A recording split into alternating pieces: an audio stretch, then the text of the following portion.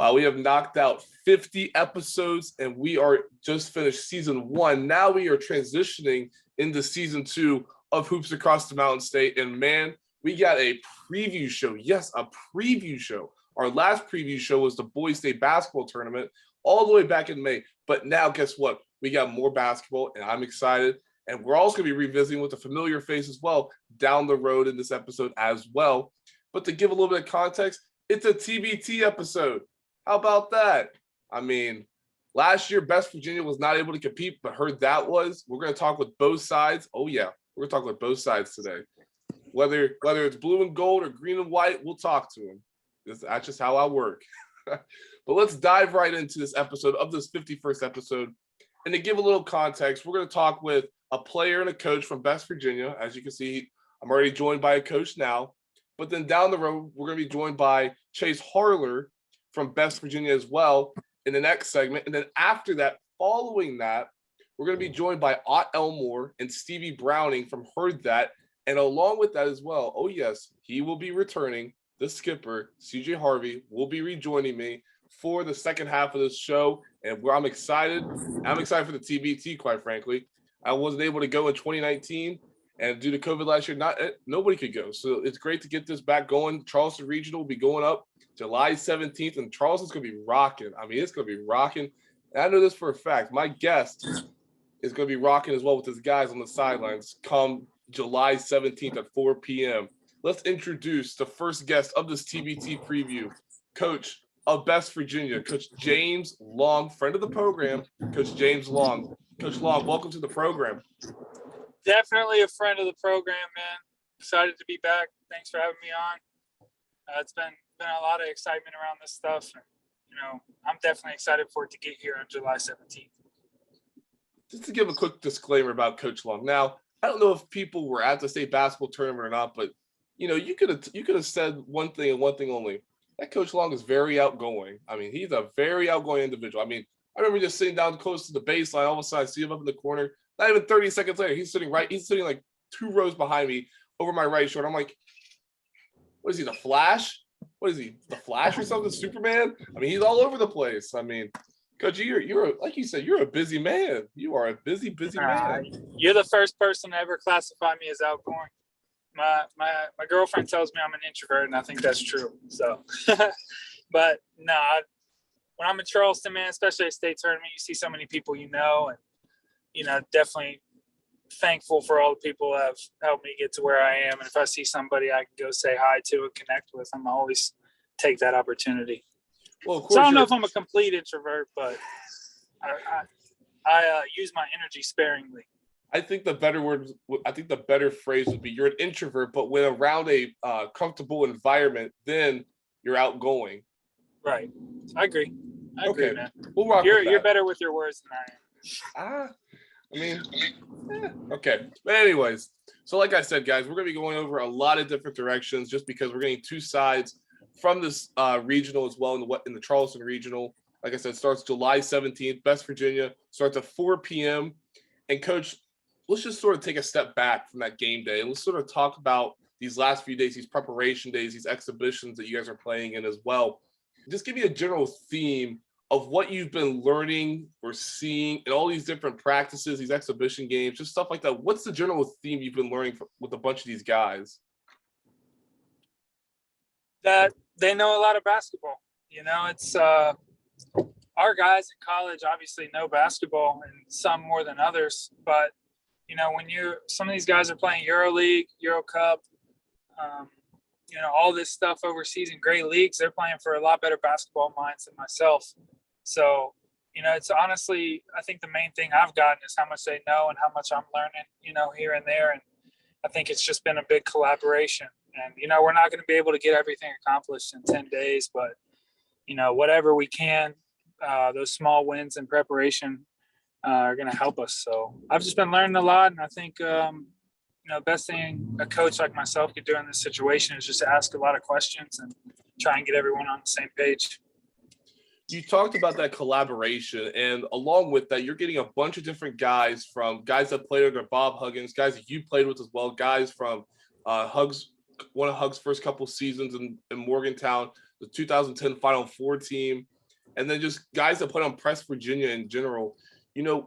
How has it been so comfortable just to interact with these guys again, the guys that you grew up watching, guys that you played with as well? What's that like finally being able to get back into the gym with them?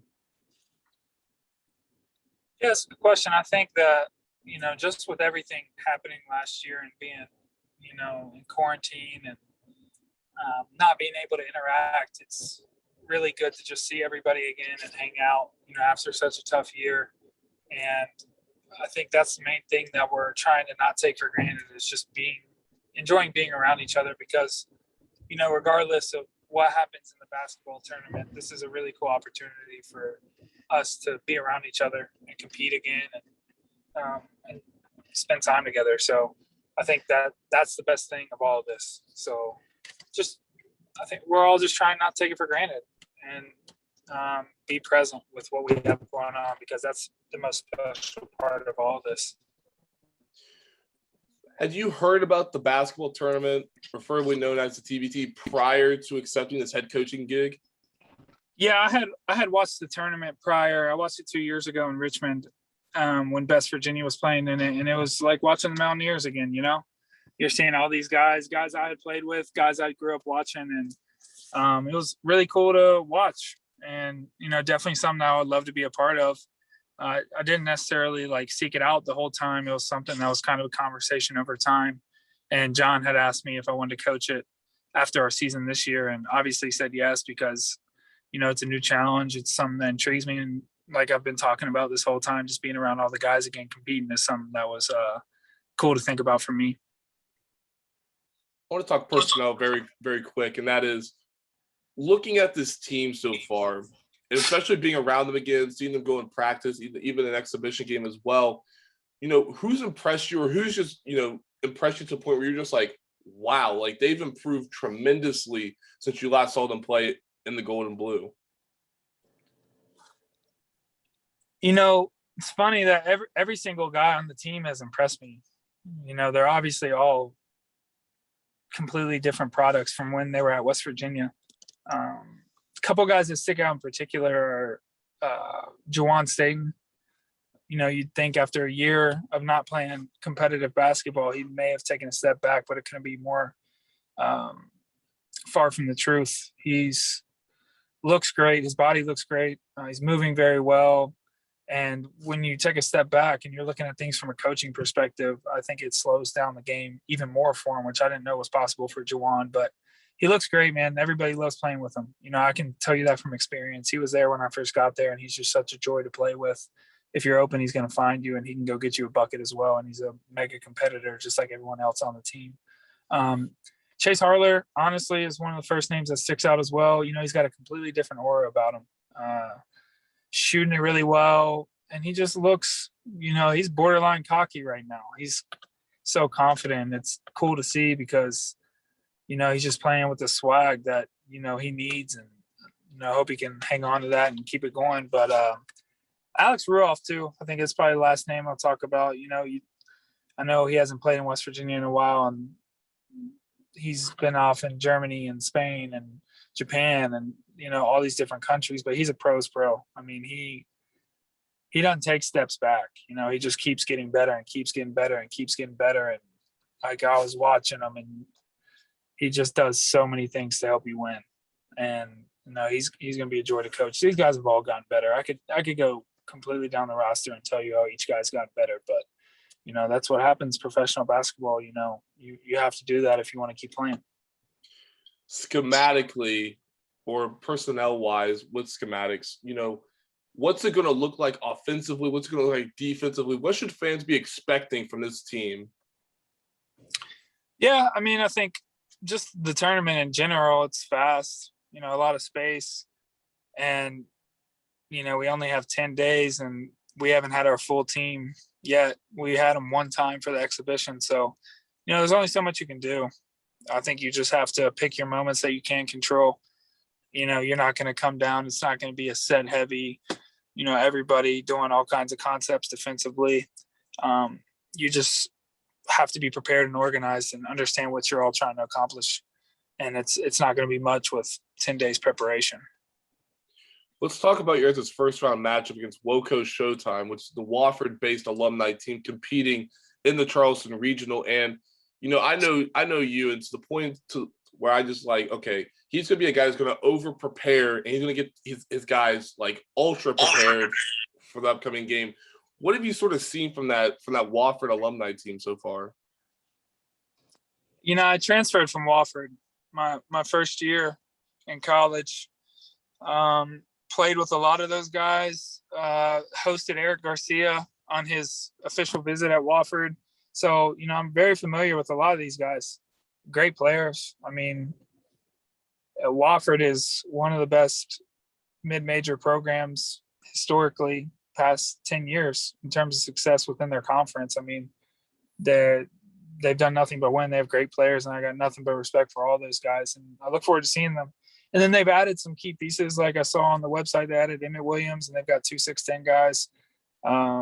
They got a guard from St. Francis, and it doesn't hurt when you have the number 1 3-point shooter in NCAA history in Fletcher McGee. So, this seeding and stuff is great, but this isn't some, bottom tier team. They're a phenomenal team with professional basketball players that know how to win. So it's going to be a good game for sure. When you look at that team as well, it seems like a lot of their roster is guard heavy based. How do you try and go about guarding that? I mean, you guys got some towers on your guys' team like Kevin Jones and John Holton, Sagaba Konate, Logan Rout, John Flowers even. How do you guys go about guarding a primarily guard-oriented team? Yeah, I mean, a lot of this stuff's just going to happen naturally. Like we have, Tariq Phillip and Juwan Staten and Alex Ruoff, and a lot of these guys are some of the best defenders I've ever come across. They are, Tariq Phillip and Juwan, I get nightmares from practice. They're unbelievable. So, that guarding is not something I'm worried about for a Bob Huggins team. I think that's something we do well, but sometimes we're playing a team with very good guards, a lot of shooters. I'm not sitting here saying we're going to shut them out. That's not the case. They're professional basketball players. They're going to make shots. They're going to be tough to stop, and you got to maximize the number of possessions you get a win and get a stop. So you're never going to shut a team out in something like this, especially with the caliber of players they have. But, I'm confident that our guys will go and compete to get stops. So, that's not something that's not completely in my control, but we're just trying to figure each other out and figure out what's best for these guys. Well, speaking of Huggins, has he come down to one of the practices, or have you gotten into contact with him? You're just like, hey, Hugs, can I borrow some, some plays, or just, there's just some schemes, I guess you could say. Yeah, he was at our first practice, but he's busy. He's got a job, so he's been recruiting. He's been in and out. I know he's going to try and come to the TBT on that Saturday if he can. I don't know if he can come that Saturday, but if we're lucky enough to win that first one, I think he's going to try and come. But he's been in and out, man. But he's got a real job. He's got things to do, so I'm not mad at him. How important from one, an alumni perspective, but also two, being on this roster for West Virginia, how important do you sort of see not only this team, but just the Charleston area or Charleston Metroplex hosting this regional for the TBT? How much do you think this means to that community? It means a lot. I was there when, we announced that the basketball tournament was coming to the Charleston Convention Center, and, the mayor's there and media, and it's a huge deal. And it is, I think that a lot of people are going to come, and I think TBT is going to want to come back to Charleston because of the support they're going to get. That's just a prediction. I may not know what I'm talking about, but I know the feedback I've gotten, and I know how special a place Charleston is in West Virginia, and all the people that are going to come out and support. It's going to be a great time. And, heard that. I grew up with John and Ott. So just kind of being around all these guys again, and it's kind of coming full circle. It's really cool. I'm excited to be in the hometown. I never really got to play in the Civic Center, but a couple times. I didn't get to play in the state tournament there or anything. So it's gonna be really special for me, and I think special for Charleston. And I hope we blow it out. So TBT will keep wanting to come back there. I want to talk about your coaching staff because I'm a fan of your coaching staff from a couple of different aspects. One, you got a high school coach that is one of the more successful head coaches up in the northern part of the state of West Virginia. Along with that, you have arguably one of the greatest WVU men's basketball players of all time in Deshaun Butler as well. So you're combining two different kinds of guys along with you as well. How much of a help have the two of them had over these last few weeks? Oh, they've been unbelievable. Coach Tallman's becoming a great friend of mine. He's got one of the best programs in the state. I feel confident recruiting any one of his guys because they play for him, and the level of toughness and competitiveness and understanding of the game you're going to get with one of his players. But he's just a good person too, and I think that that's the most important thing in coaching. At no matter what level you are, what situation it is, that if you have trustworthy, hardworking people around you, that's the most important thing. I don't know the most basketball in the world, and I don't think anyone's out here cracking the code, but as long as you know basketball to an extent, you're hardworking and you trust each other, it's going to be a great working environment. And it's been nothing but that with Coach Tallman. And then Coach Butler, I say it a lot and I mean it. He's Mountaineer basketball for me. I've been Mountaineer my whole life. And when I was shooting in the driveway as a kid and stuff, you were acting like Deshaun Butler and some of those guys on around that time period when he played. But he's gonna have his jersey retired one day. He's an all-time great, and he's an all-time great person. Like, he's one of the best people I've ever met. He's great to be around. First day he did a couple little things in practice that helped me feel comfortable, and he made my job easier on the first day, and I think that's really important too. And I think that's one of the great parts about this too, and I need to make sure I'm harping on, is how awesome Coach Butler and Coach Tallman are, because they're making everything easier and instilling a lot of confidence in me. And we're definitely in this together. I'm not out here barking orders to the assistant coaches and barking orders to the players. I'm out here asking a lot of questions and learning and enjoying it. And I'll leave you with this, and that is rotations. I know you get asked this question a ton. And I know that as a coach, you get asked it consistently at West Virginia Tech. But, I think the people would want to know this. So you're getting a bunch of these guys from a bunch of different eras, like I said earlier.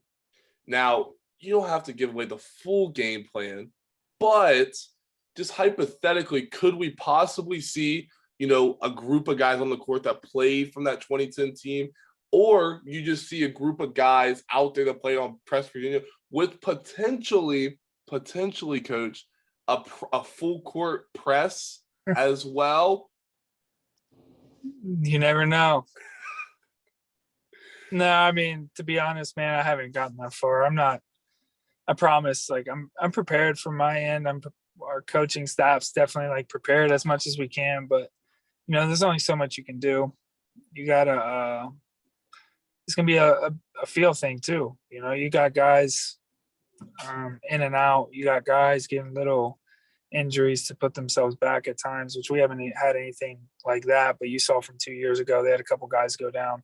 So a situation like this it really is a lot of adapting and just going with the flow and figuring it out. And yeah, I'm sure. I hope we're never down. I hope we're never losing in the basketball tournament. I hope it never happens. But if we're down, I'm sure you could see a press. I'm sure I'm sure there'll be times where the Final Four team has a 5 out there, but it wasn't, rehearsed from our end. I think that it could just naturally happen. But I hope to never be down in the basketball tournament. That would be really cool. That'd make our job really easy.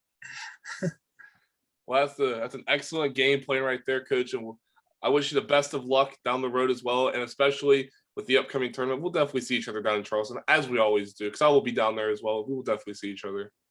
I can't wait to see you. Every time I go to Civic Center, I just getting ready to see you and hang out, pick your brain. Hey, now, I'll tell you this. I don't know if you saw. But, at the state tournament, at the state tournament, I got a bone to pick with you. You know, Coach, you and Coach Airwood, he was getting all the love at Rio. Are you a Rio fan? No, I'm not. I can't be a fan. Nobody. I'm neutral. I'm neutral. I spread the see. You Coach. wouldn't lie to me, right? I spread the wealth. I spread the wealth. Nah, it was all good fun. We were all hanging out, talking NAI basketball and stuff. They're doing a great job over there. I'm just messing with you, man. Oh, I know. Now, I will say this before I let you go. Did you see where I made shirts? No. I don't get on social media, man. I really don't. I have one. It's there, but I'd love to delete them both. That's a good way to start.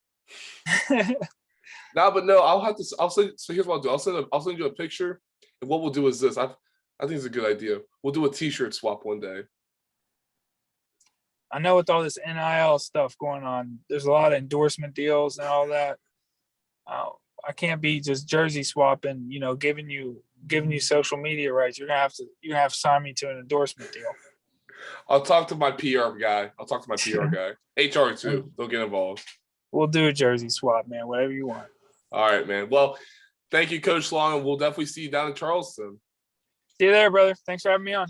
All righty. That was our first guest, Coach James Long of West Virginia. When we come back, we'll be joined by Chase Harler from West Virginia as well. And don't forget as well, down the road, the skipper, yes, he will rejoin us when we talk Heard That Basketball with Elmore and Stevie Brownie. You won't want to miss it here on Hoops Across the Mountain State. And welcome back into episode 51 of Hoops Across the Mountain State, our TBT preview. The TBT will start on July 17th, and the 4 o'clock game features the West Virginia alumni team, West Virginia, and we are pleased to be joined by one of the players, Mr. Chase Harler. Chase, welcome to the program. Thanks for having me, man. I'm excited to talk about the TBT, talk about my past experience and what we've been up to with West Virginia for sure. Absolutely. So, look, before we dive into the TBT stuff, we'll sort of take us back to this past season for you over in Lithuania. Sort of walk us through what that experience was like for you, especially going overseas and playing in your first professional season overseas. Yeah, I think I picked the most challenging year to start my career for sure. COVID had a lot to do with it, a lot of lockdown, a lot of quarantine, like 54, 56 days total a week, which was, kept me entertained and kept it fun. But, a lot of things in the city were shut down. So I didn't get to experience the real full culture of Lithuania. But, I got through it. I tried to make it the best I could. And, basketball was great. Obviously, the social aspect of it was challenging at times. But overall, it was a good experience for myself. When you look at where you were coming out of college to this past season over in Lithuania, where did you see the biggest leap that you took in your game? I think probably just like a confidence standpoint where, at West Virginia, I accepted my role, kind of as a glue guy, defensive guy, catch and shoot guy, where in Lithuania, that wasn't the case. And that's not what the team needed me in Lithuania. That's what I needed to do at West Virginia, which I was perfectly okay with. And I felt like I did a great job at it.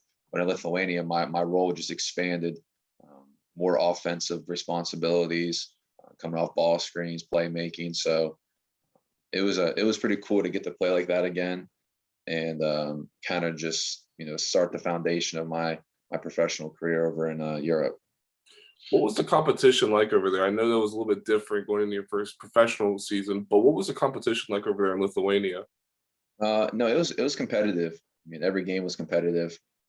Definitely not anything like the Big 12. So I'm not going to sit here and act like I was playing against Big 12 competition, but it was still competitive. These guys are, professionals, and they take the game serious. So I think it was a great league for me to start in, just because it wasn't super challenge. I mean, like I said, it's not like the Big 12, but I needed something to kind of set the foundation and get back to how I'm used to playing and how I want to play. So it was like a perfect level of just, allowing me to kind of play through mistakes, getting to play 30, 32 minutes a game. So, it was great for me.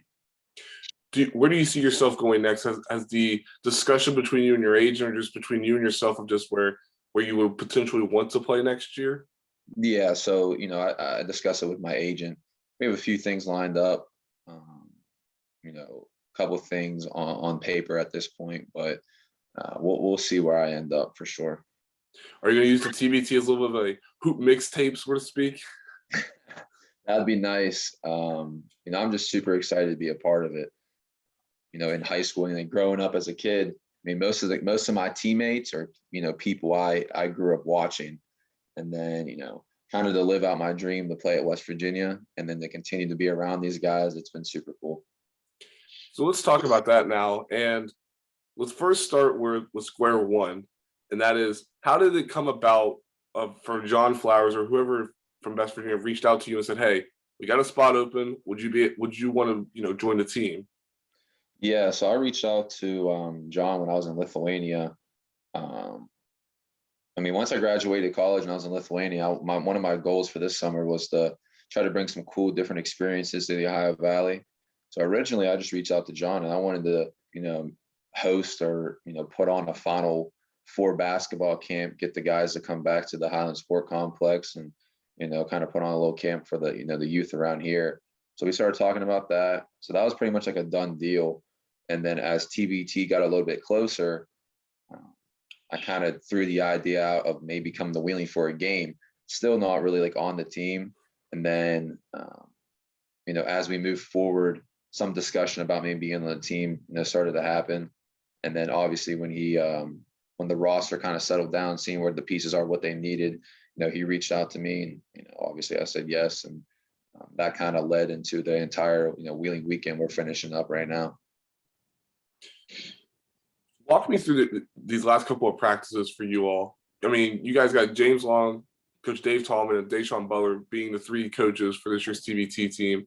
Sort of walk through what practice has been like for you, just being able to get back into the gym with guys that you played with, and also, like you said, guys that you grew up watching as well. Yeah, practice has been very competitive. Obviously, we're all considered professionals, so a 3-hour practice really isn't necessary. But, just getting in the gym together, working on our game together, it's really important to kind of build chemistry on and off the court. And especially on the defensive end, I think that's where the best teams in the TBT thrive, is when, offensively, everyone on our team can score. It's just going to be when the defensive side starts clicking, and it's starting to click with our exhibition games and with our practices for sure. In your opinion, you were able to play with a good chunk of the guys that played are currently on this West Virginia team. But now looking at it a couple of years later in the past, a couple of you guys have been overseas playing professional basketball and stuff like that. But who do you think has made the biggest leap or the biggest stride since college to now? It's a good question. Logan Rout is, definitely improved on his game, where kind of we were in the same boat in college, to a certain degree, where, kind of we're just glue guys, never were really a big part of the offensive end, and, both performed well overseas. Obviously, like someone like John Flowers, who never took a jump shot in college, really, to being a really, really good shooter. It's still crazy to me that, as good as Kevin Jones was in college, he still gets better every year. And this is really the first time I've been around Alex Ruoff in a playing standpoint. He always works out in the summer, sometimes plays in an open gym or whatnot. He's really big on taking care of his body. And but this is the first time I've really been around him, like I said, with a playing standpoint. And I've taken a lot of things from him. He's a very high IQ basketball player. You mentioned the Wheeling weekend that you guys have currently finishing up this weekend. What's it been like for you just to get this core group of guys in the Wheeling, sort of show them around the Ohio Valley, and especially in a city that pretty much you grew up in? No, it's meant a lot. We had our exhibition game on Friday, a very competitive game. We had a good turnout. I think it's cool that not everyone can make it to a West Virginia basketball game, and with the travel or just people's schedule. So I thought it was pretty sweet to get some highly respectable WVU guys in the Ohio Valley for that game. So the basketball game turned out well. We had a golf scramble on Saturday morning where we had 18 teams. So about 72 golfers were involved with that. We had a live show at Generations last night, just recorded a podcast, did a little Q&A. And then today we're having our basketball camp where we'll have roughly about 50 kids. Let's talk about this first round matchup for you all against the Wofford alumni team. And, you know, on paper, they got some shooters, especially Fletcher McGee. But from what you've been seeing and just from the overall dynamic of how the coaches want you all to guard them, what's it been like just trying to scout a team that you guys don't really know a whole lot about? Yeah, scouting is a little bit different in this kind of aspect, where in college you have so much film, so much access to film. And, you know, all these guys are pretty much overseas players, so it's difficult to find film on every single player. I think it really just comes down to being professional, showing up and doing your job. It really just kind of depends on, you know, who shows up that day, who has the most energy. And that's something that we're definitely focused on, is just coming out strong, because with that Elam ending at the end, you don't want to be down going into the fourth, obviously, because, you know, you're at a disadvantage because you can't foul or slow down. You know, the Elam ending is put into place so you can't late game foul. So, you know, every possession counts, and the games go by a little bit quicker with four 9-minute quarters. I mean, that's not a ton of time to make up a huge deficit. You brought up the Elam ending, and since this is your first season in the TBT, just what's that like finally being able to play in this event, but also experience the Elam ending as well? Yeah, it's different. I like it. We played in Beckley on Wednesday. Wasn't the most competitive game, meaning how the score ended up. You know, we ended up winning like regulation by 30 or 40, and then what we did in Beckley was we switched that we were down in the ending. So obviously we just changed the score around. Maybe we were down by 5, and we had down by 5, and the target score was maybe like 117 or something. And you could see how the gears change when you're down by 5 and you're trying to get to that target score. Where in the third quarter when you're up by 35, it's kind of a little bit more carefree. The focus definitely increased, and it's good. It's pretty cool. I like it. And then lastly, I think this is a sort of like a fashion question. Here on Hoops Across the Mountain, we talk basketball, and also at the same time we talk about fashion. Mm-hmm. Are we going to be seeing long-haired Chase Harler again? I went. So when COVID happened, like the quarantine and the lockdown, I couldn't get a haircut. So this was last year. I couldn't get a haircut. So right before I left for Lithuania, I just said, whatever, I'm not going to get a haircut. So I went about 13 months without a haircut, which was, hey, don't look like that. I liked it. And then I came back and got a little bit of a trim. And then, but yeah, I like the long hair. It's back. And we're going to go see what happens. I probably won't get a haircut before I leave again overseas and come back. And I'll be touching my shoulders. So just sort of like Hercules from the Bible, how he uses his hair as a special power. Long hair. Yeah. Oh, that's funny. Well, best of luck to you all this upcoming weekend, I should say, against Woco Showtime, the Wofford alumni team. And we'll look forward to you guys playing at 4:00 on Saturday. Well, thank you. I appreciate it. Absolutely. Absolutely. That will conclude this segment with Chase Harler. Up next, we're talking with 2 players from Heard That, Stevie Browning and Elmore. You won't want to miss it here on Hoops Across the Mountain State. Welcome back into Hoops Across the Mountain State, episode 51, and it's our TBT preview. Yes, the TBT is finally here. July 17th is the first day for the Charleston Regional, and we are glad to be joined by one, let's reintroduce him, the skipper, CJ Harvey. He has now rejoined me for this episode. CJ, welcome back. Thank you. Thank you for bringing me on for another special edition.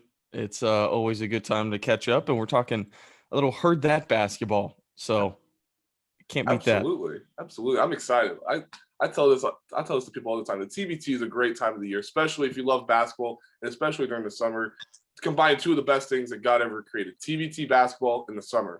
Boom. There you go. There's your summer wrapped up in one. But let's look no further and let's introduce our 2 guests. Yes, our 2 guests at the same time from Heard That. First up, Stevie Browning. Stevie, welcome to the program. Appreciate you guys having me. Just like y'all said, this is a great time. TBT is one of the funnest things in sports, and it's in the summer. You can't beat it. And let's welcome in the second member from Heard That, Elmore. Welcome to the program. Thanks for having me. Excited to be here. Absolutely. Well, guys, let's dive right in and let's sort of walk us back to last season. You guys, the word around the nation is that you guys became America's sweetheart last year. For you all just being from West Virginia and being called America's sweetheart, representing the state and the university you guys played for, what does that mean for you all? Go ahead. Yeah, either way. I probably should have said. You were like the darling of the team too. So yeah, lead us off. I thought it was neat. I think we got that moniker because we probably didn't look like all the other teams. We weren't a bunch of 6'8" dudes who are athletic. We looked sort of like regular, relatable guys. We're from the small school, so we're sort of the underdog story. And America likes an underdog. We are Cinderella, so to speak. And we went out there. We got a couple of big wins. We didn't get quite as far as we wanted to. We hope to do a little better this year, but we feel good about everything. And it was a good run we had, and we're looking to do the same thing. Now, we know you did guard Joe Johnson there a couple of times in that game against Overseas Elite. Stevie, did you have to guard Joe too? Did Joe? No, I was hurt. I got hurt in the first game, so I really didn't play much. Yeah. And no, I took that task on. We're just glad Steve's not hurt this year. Me and you both. Yeah. Yeah, good deal. I think that second game, right? It was against the Money team, which was Floyd Mayweather's team. Is that the one that kind of got you guys on the map, you think? Because right there, I think it was like a 9-0 run there at the end of the game, the Elam ending to win it, right? Was that the one do you think that everybody really started paying attention? Yeah, that was the big one because that first game, I think we were sort of supposed to win. But that second game, they had a very good team. Floyd put together a really good team. They had 6 dudes, I think, that played in the NBA before. And nobody really gave us much of a chance. So, yeah, I think that's the one that people really looked at and like, man, these dudes can play a little bit. And, what makes it even more special was, Stevie turned his ankle first game and couldn't even play the second game. So we didn't have our whole team healthy, but for about 2 quarters. So that's another thing I'm real excited for this year. Stevie's back. He's healthy. We got our full squad, so we feel pretty confident. Stevie, I'll ask you this. You were on the Wildcat Select team when you guys first played back in 2019 as well.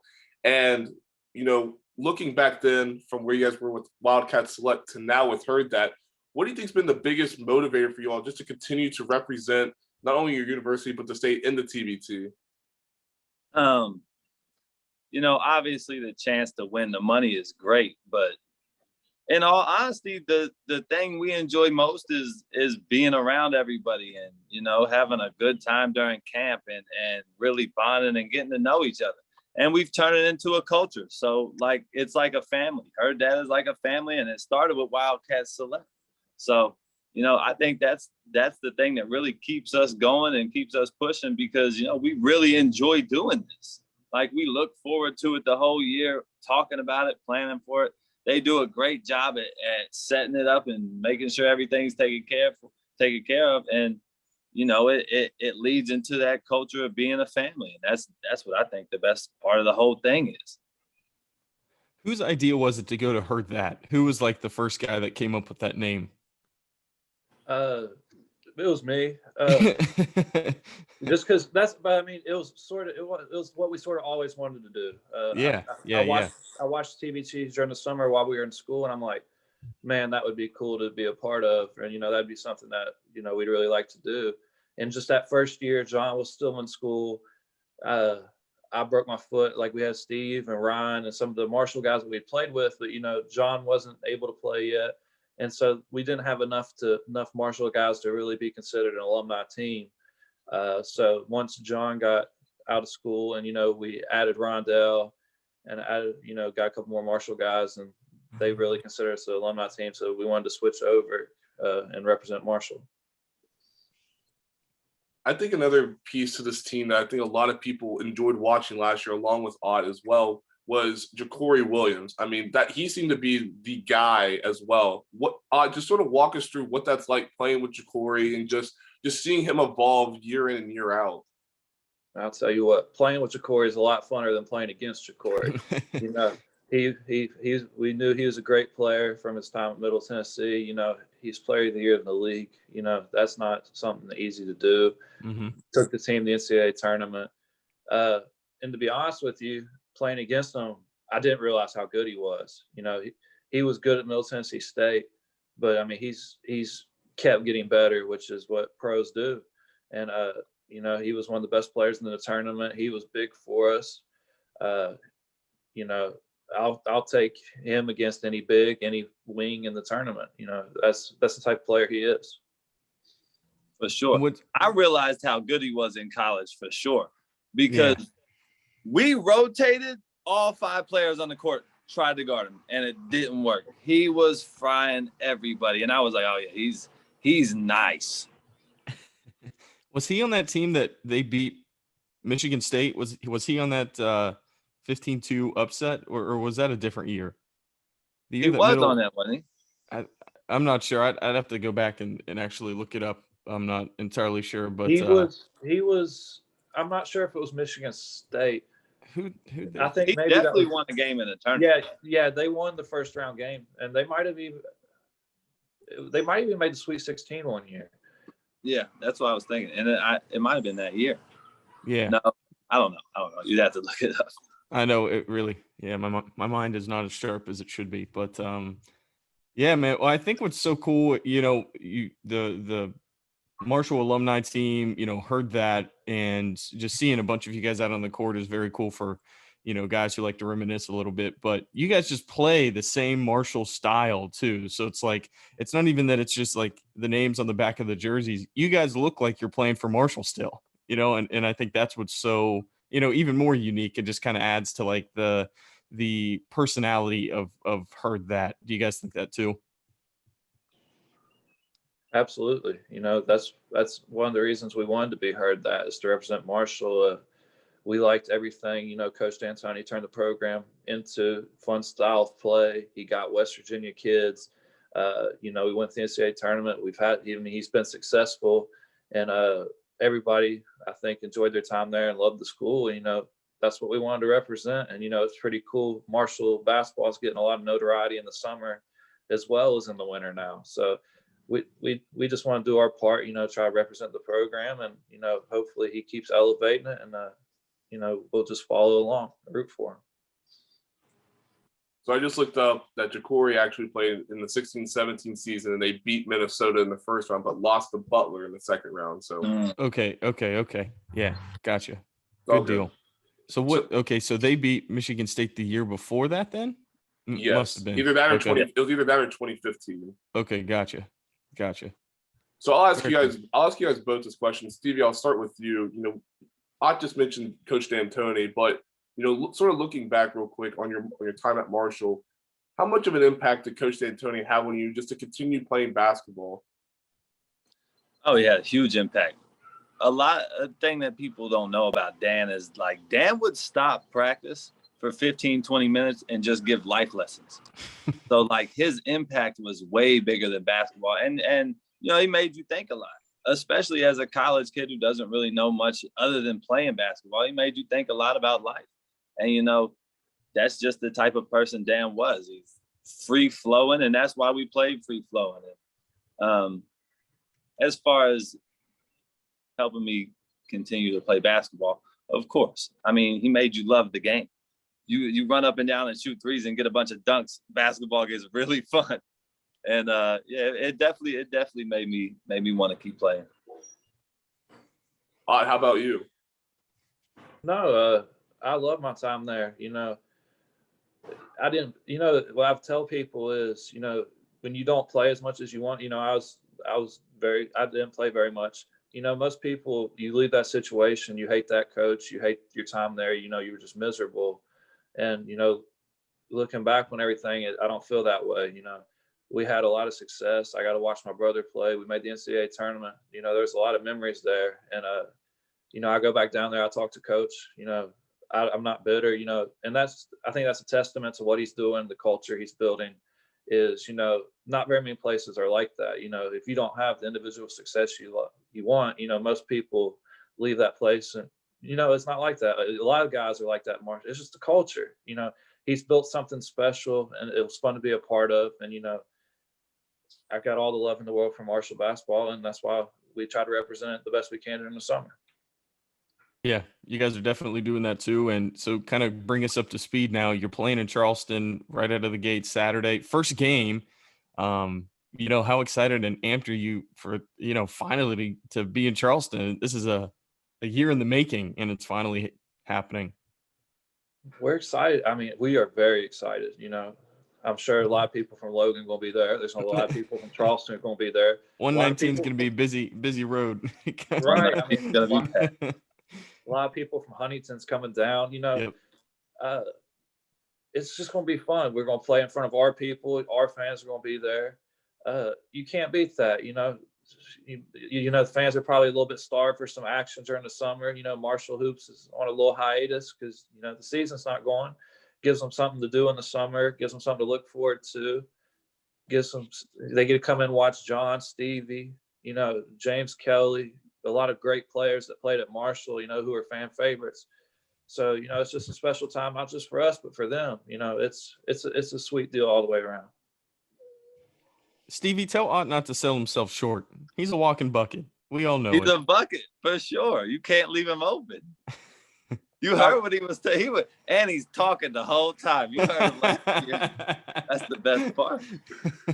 Now, I got to ask you this, though. I mean, I know that a lot of people watch the NBA, especially with Steph and Dame still around, but are we going to see an Ott Elmore half-court three-pointer this year? We're in trouble if we're going to that. We're going to try to get a little better shot than that. That's funny. Shoot, man. Let's talk about this. Let's talk about this first matchup you guys have against Team DRC. What are you guys sort of seeing from them? If you guys have been doing anything at all, what are you guys sort of seeing with this year's Team DRC team? Well, we haven't really done too much research. We know the roster and stuff, and they've got some studs. It's not going to be, it's not your typical 3-14 game. It's not going to be a cakewalk. We'll be lucky to get through them. I mean, because it's going to be a war. They got a guy that was the MVP of the NBA Summer League in Glenn Rice. Another guy that was, a player at Kansas. I think he was McDonald's All-American, went to Kansas, named Tyshawn Taylor. So, I mean, there's no easy games. They're all pros. We're confident in ourselves, but, it wouldn't be wise to take them lightly. No, and that's the thing about this tournament is there's no cakewalks. Every team that's going to be in it is going to be in it to win it, and they're going to be nice. So it doesn't matter how good we think we are. We got to prepare for every game, even if it's a 3-14 or not, because, they're in it too. And you can't be just anybody in play for real. So, we're going to take it serious. We're going to take it very serious. The reality is, and we all know it, that this is the Charleston Regional. West Virginia's in there too. I'm sure you guys would like to be on a collision course with those guys and try and get after it in Charleston. Do you look that far ahead, or do you at least, think about it and, wonder like how fun and how crazy the Coliseum would be in Charleston if you guys did get to meet? Yeah, of course you think about it, but we can't focus on it. That it's a good idea. There it is. There's Coach Ott coming out. Right. It's a good idea. I mean, you'd be lying if you didn't think about it, because we'd want to play them. We'd want to sell 10,000 tickets. Big game. But in the same token, they could beat first game. We could lose first game. And like Stevie said, we got to prepare. We got to focus on DRC. If we're worried about playing West Virginia 2 rounds away, we're probably not going to get there. Mm-hmm. So we got to prepare one game at a time. And that second game, if we're fortunate enough to win the first one, is a team that's got a bunch of pros. And just like last year, this is going to be 3-14. Last year it was 23-4 or whatever it was, So and we were 23. So and you can't look ahead. You got to try to win one game at a time, because that's going to be tough enough. Stevie, looking at you real quick, going into this tournament, what's the biggest thing that you've been focusing on leading into this tournament? Since you, like you said earlier, you only played one game, you twisted your ankle, you weren't able to continue out in the TBT last year, but what's the biggest thing that you've been trying to work on or focus on leading into this year's tournament? Well, I lost a lot of weight. I lost about 20 pounds, and last year I was heavy. I was heavier than I was used to, and with this weight, I got somewhat of my athleticism back, and I can move freer, and my knees feel better. So, I think that was my biggest thing, just getting my body right back to where it needed to be. Are you saying we're going to see a high flyer and Stevie Browning just going up, just one-handed dunk over somebody on Team D? Or see Tyshawn Taylor better watch out? Are you saying something about like that? I'm not saying all that, but if somebody throws it up, I'll go get it for sure. Maybe Ott will throw that to you. Just first play of the game, lob to Stevie Browning. That's right. Stevie might not say it, but I'll say it. They better watch their heads. Stevie is back. Stevie's back. I love it. Oh boy. Good deal. So I got another question, and I'll ask Ott this. Ott, looking at this year's roster, you guys added a couple of new pieces as well. Sort of talk about who you guys are bringing in this year as well, and just what makes this team different than last year's team. Well, this year's team, I think we're going to be a little bit bigger. I don't think we're going to shoot it as well. I think we'll probably be a little bit better on the defense end, just with some of the additions. New guy, James Kelly, good athlete. I mean, Marshall guys know this. Freak athlete, one of the better athletes I've ever been around. Big body, can shoot it, can play. I mean, studies, first team All-Conference USA guy. We're really excited to have James. Derek Cook Jr. played with my brother in Italy, 6'8", 6'9", just tank athlete. My brother said he's going to help. He's going to be an animal for us. 7-footer Ronald Delph played at FAU. Very physically gifted, has a lot of tools. He's been playing professionally. We're excited for him. He brings us a little more size than we had last year. We had a Darren Johnson, a guy that out of California, played at Washington and then finished up at Cal State Northridge, played in the G League, then has spent a couple seasons overseas. We bring a lot of versatility. I think we'll be a little bit better on the defensive end. We got more size. I think we'll rebound better, and it'll be fun. We had a really good team last year, really good mix. It's hard to compare teams, but just like last year, we'll be confident. Is Rondale playing too? Yes, Rondale's playing, and then like Stevie said, he's lost